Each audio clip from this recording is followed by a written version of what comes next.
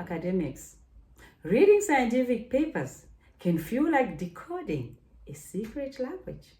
But what if I told you that there is a faster and smarter way of doing it? My name is Dr. Shungu Mupfawa. Guys, if you haven't subscribed, please do so. We want to create a community here. In today's video, I will show you how to read papers efficiently without losing your mind. When reading academic papers, use the skimming method or the skimming strategy. Start with the abstract. That's your paper's summary. Then read the introduction and conclusion next to get the main ideas. Save detailed methods or data for later if needed. While reading, take notes.